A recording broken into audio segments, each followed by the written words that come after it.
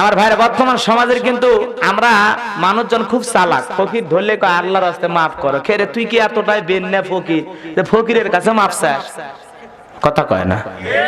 আমরা কিন্তু অনেক মানুষ দেখা যায় কোটটাই পরে আছে, কোটি কোটি টাকা পকেটের ভিতরে আছে, ধরলে কয় মাফ করে দাও।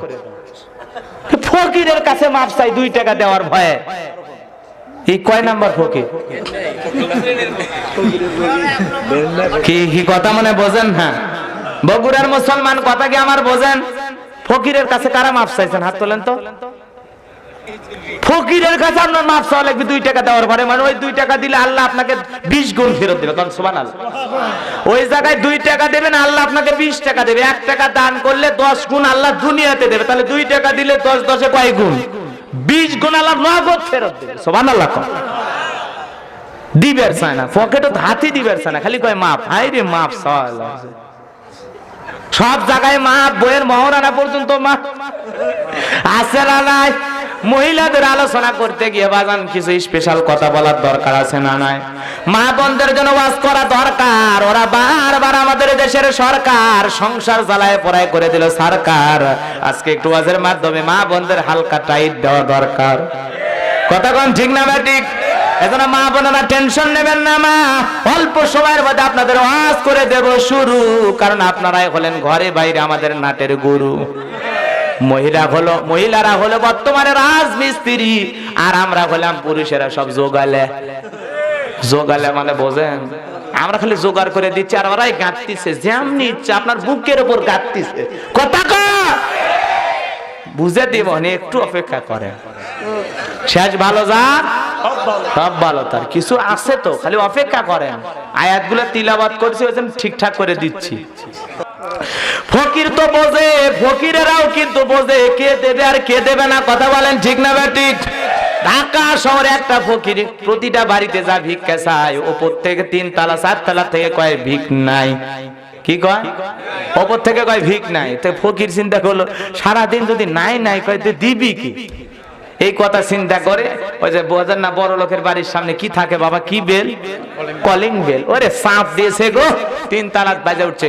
আবার দেখবেন এক এক কলিং বেলে এক এক রকম। কোনটা আছে বলে যাচ্ছে আসছে, কোনটা চেঁয়া চোখে এখো, আবার কোনটা একটা ফকির বেকায়দা করে করেন বিল দিছে, করেন বিলের মধ্যে কুত্তে ভুগিচ্ছে। আছে না নাই ভাই? তা আমরা ডিজিটাল হতে হতে ভালো কিছু লাগাই না। আবার কেউ ভালো আছে, করেন বেলে চাপ দিলে আল্লাহু আকবার আল্লাহু আকবার কয়, সালাম দেয়, সুবহানাল্লাহ কয়। তো তারা আসলে রুচির উপরে নির্ভর করে। একটা ভদ্র মানুষের পরিচয় কিন্তু আর রুচির উপরে, আর পোশাক আশাক চলাফেরার মধ্যেও অনেকটা নির্ভর করে। কথা বলেন ঠিক না ঠিক? ভাইরা আমার, ওপর 3 তলা থেকে লোকটা বলে, কি বলতে চাও? বলে নিচে নামেন। কয় এখান থেকে শুনতেছে। বলেন কয় না, আপনার সাথে কথা আছে, নিচে নাম। লোকটাকে 3 তলা থেকে নিচে নামাইছে। তখন বলতেছে, হ্যাঁ কি বলতেছেন বলেন। কয় দেখেন, ঢাকা শহরে সবাই বড় লোক, অনেক জায়গায় অনেক ভাবে চাইতেছি, দিচ্ছে না।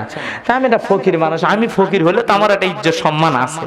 তা আপনি 3 তলায়, আমি নিচ তলায়, এর থেকে চিল্লে কেমনে ভিক্ষা চাই? আমারও তো একটা মান সম্মান আছে। তো এই জন্য আপনাকে নিচে নামে বলতেছি, আমি ফকির, আমার না ভিক্ষা দেয়। লোকটা চিন্তা করলে ফকির তো ভালোই চালায়। আচ্ছা ঠিক আছে, তো ভিক্ষা তোমায়। এই কথা বলে 3 তলায় নিয়ে গেছে। 3 তলায় নিয়ে যায়, বলে আমি তো ভদ্রলোক, আমার কাছে তো টাকা পয়সা আল্লাহ দিয়েছে, কিন্তু আমার একটা সম্মান আছে না নাই? আপাতত আমার কাছে কোনো টাকা পয়সা নাই, তুমি আল্লাহর রাস্তায় আমারে মাফ করে দাও। এই কথা নিচে বলে, না নিচে মানে আমি তো এলাকার সম্মানে, নিচে তোমার কাছে মাফ চাও মানে? ফকিরও চালাক, ওই চালাক। কথা বলেন ঠিক না ঠিক? তার মানে ফকিরেরাও অনেক কিছু বোঝে না। আমার ভাইয়েরা, এইবার পিঁপড়ার মুখ থেকে খাবার নেওয়া দেখে বিশ্ব নবীর কাছে যা বলে, হুজুর এমন এক লোকের কাছে পাঠাইছেন, ওর নাম নাকি ওসমান। বলে হ্যাঁ, ও তো পিঁপড়ার মুখ থেকে খাবার নাই। যে পিঁপড়ার মুখ থেকে খাবার নাই হুজুর, সে আমারে কেমনে ভিক্ষা দেবে? বলে তুমি কি বলেছো? বলে না বলি নাই, দৃশ্য দেখে তো আমার অবাক।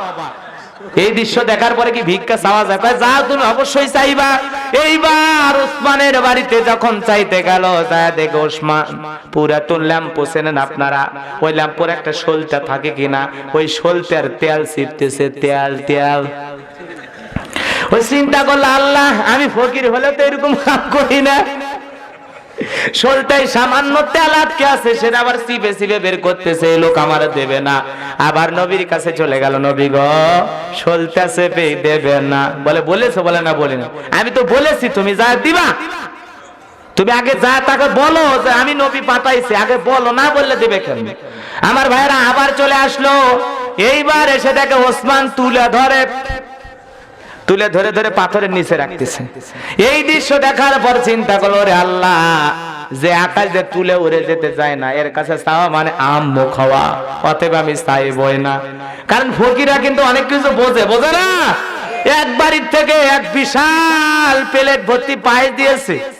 পায়েস পাওয়ার পর ছোট্ট ছেলেটাকে ডেকে বলে, বাবা এতগুলো পায়েস আমারে খাইতে দিলে, অন্য জায়গায় গেলে এক চামচ দেয় না, এক চামচ পায়েসই খাইতে দেয় না, তো এখানে এক প্লেট দেওয়ার মানে কি বাবা?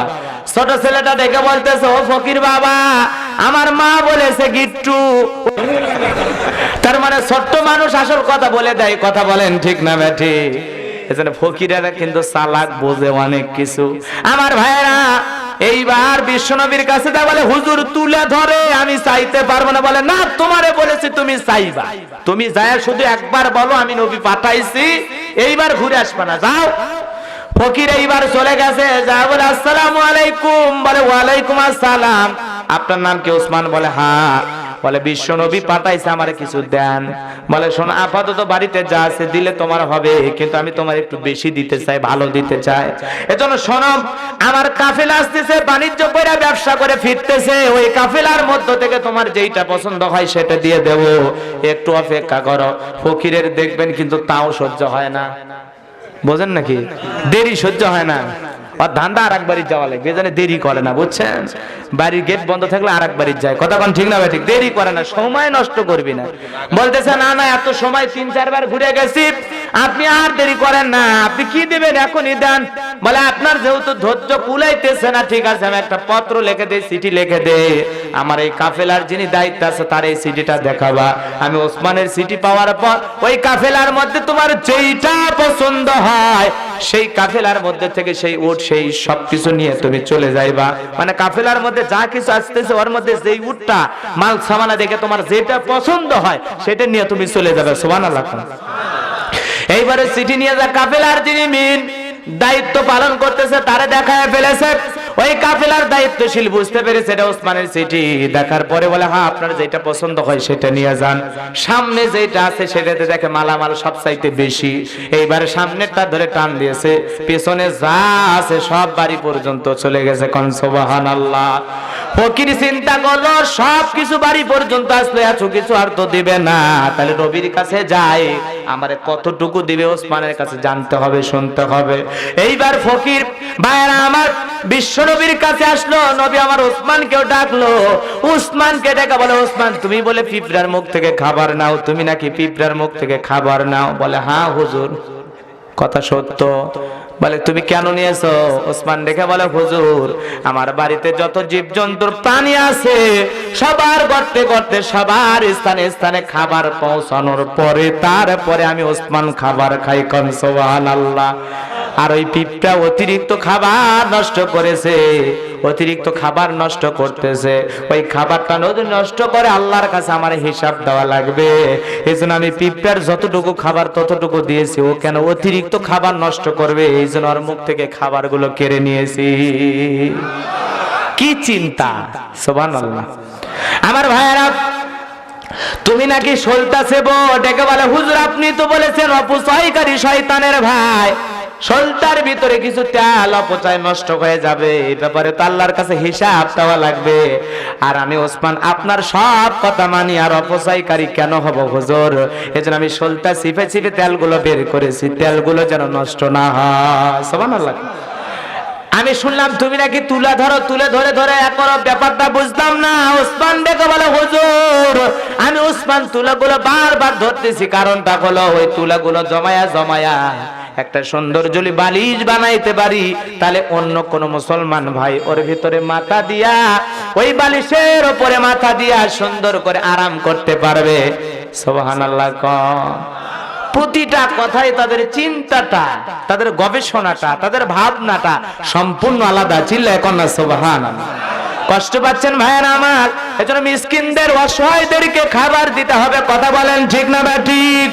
বন্ধুগণ আমার, এই উটগুলোর কি খবর হয় শুনবেন না? কষ্ট পাচ্ছেন মনে হয়।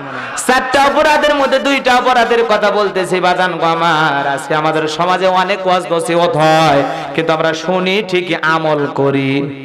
কথা কন না কে? এমনও বাটপার আমাদের সমাজে মাহফিলে আসে, কয় হুজুর ওয়াজ করেন, ওয়াজ করতে করতে আপনি মরে যান, ঈশা পড়ে বসেনি ফজর পড়ব না। আছে না নাই? আর কিছু কিছু বাটপার তো আছে ওয়াজ নসিহত পছন্দই করে না। আছে না নাই? জোরে কোন আছে না নাই? তো এক বাড়ির এক পুরুষ মানুষ গ্রামে বসবাস করে, পাশের বাড়ি আর একটা লোক আছে, ওয়াজ মাহফিল যে জায়গায় হয় বক্তা যেটাই হোক শোনার পরে ওই জায়গায় যায়। তো পাশের বাড়ি আর একটা লোক আলেম ওলামা সহ্য করতে পারে না, ওয়াজ নসিহত পছন্দ করে না। তখন ওই পাশের বাড়ি ভাবিটা ডেকে বলে, ভাই যান এত জায়গায় যান, আমার স্বামীটাকে হেদায়েতের জন্য এক জায়গায় নিয়ে যান না। তো জোর করে নিয়ে আসছে। আমার আগে দ্বিতীয় বক্তা যিনি, উনি মনে করেন ঢেলে কুলুবের ওয়াজ করছে যে পেশাব থেকে পবিত্র না হওয়ার কারণে অধিকাংশ মানুষ জাহান্নামের যন্ত্রণায় ভুগবে। কথা বলেন ঠিক না বাদে? পেশাব থেকে পবিত্র হতে হবে। আজকে তো আমরা পবিত্রতা অর্জন করতেই পারি না। আছে না নাই? এ জোরে কোন আছে না নাই? আমাদের গোসলগুলো ঠিক হয় না। না ওইদিকে আমি যাব না।